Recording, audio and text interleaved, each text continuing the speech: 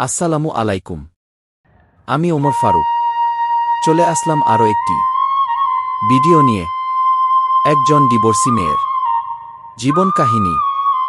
মেয়েটির পরিচয়, নাম তার শায়রা। ছোট শহরের মেয়ে, বাবা একজন স্কুল শিক্ষক, মা গৃহিণী। মধ্যবিত্ত পরিবারে বেড়ে ওঠা মেয়েটা ছোটবেলা থেকেই খুব মেধাবী। কলেজে পড়ার সময় থেকেই পরিবারে বিয়ের চাপ আসতে থাকে। একসময় পাত্র দেখে বিয়ে দেয়া হয়। পাত্র ঢাকায় একটি কর্পোরেট কোম্পানিতে চাকরি করে। বিয়ে প্রথম দিকে সবকিছু স্বাভাবিক লাগছিল, কিন্তু বিয়ের ৬ মাসের মধ্যে স্বামীর আসল রূপ প্রকাশ পেতে শুরু করে।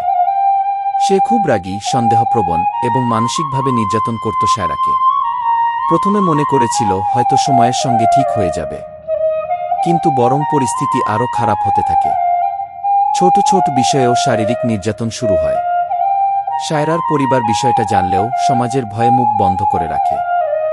নারীর জীবনে স্বামী সব কি এই কথা যেন তাকে দিনে দিনে গিলে খাচ্ছিল। তালাকের সিদ্ধান্ত। একদিন রাত ৩টায় শারীরিক নির্যাতনের পর রক্তাক্ত অবস্থায় হাসপাতালের বেডে শুয়ে শায়রা নিজেকে প্রশ্ন করল, এটা কি তার জীবন? এটা কি তার কপাল? সেই দিনই সিদ্ধান্ত নিল, আর না। পরদিন সকালে সে তার বাবাকে ফোন করে। বাবা মা তাকে বাড়িতে নিয়ে আসে এবং কঠিন হলেও তারা তার পাশে দাঁড়ায়। সমাজের অশ্রাব্য কথা, আত্মীয়দের কটাক্ষ সব উপেক্ষা করে শায়রা ডিভোর্স ফাইল করে। নতুন জীবন। ডিভোর্স হয়ে গেল। শায়রার বয়স তখন মাত্র ২-৬। অনেকে ভাবল তার জীবন এখানেই থেমে গেল, কিন্তু শায়রা জানত এখনই তো শুরু। সে আবার পড়াশোনায় ফিরে যায়। মাস্টার্স করে পরে একটি এনজিওতে চাকরি পায়। নারীর অধিকার নিয়ে কাজ করতে শুরু করে। তার অভিজ্ঞতা তাকে করে তোলে আরও মানবিক, আরও দৃঢ়। সমাজের চোখে ডিভোর্সি। আজও অনেকে তাকে দেখে তালাকপ্রাপ্ত ওই তকমা দিয়ে। অনেকে ভাবতে পারে তার মধ্যে কোনো দোষ না থাকলে তালাক হতো না, কিন্তু শায়রার চোখে আজ আত্মবিশ্বাসের দীপ্তি। সে জানে কোনো সম্পর্ক মানেই চিরকাল সহ্য করা নয়। সম্পর্ক মানেই সমান মর্যাদা, সম্মান আর ভালোবাসা।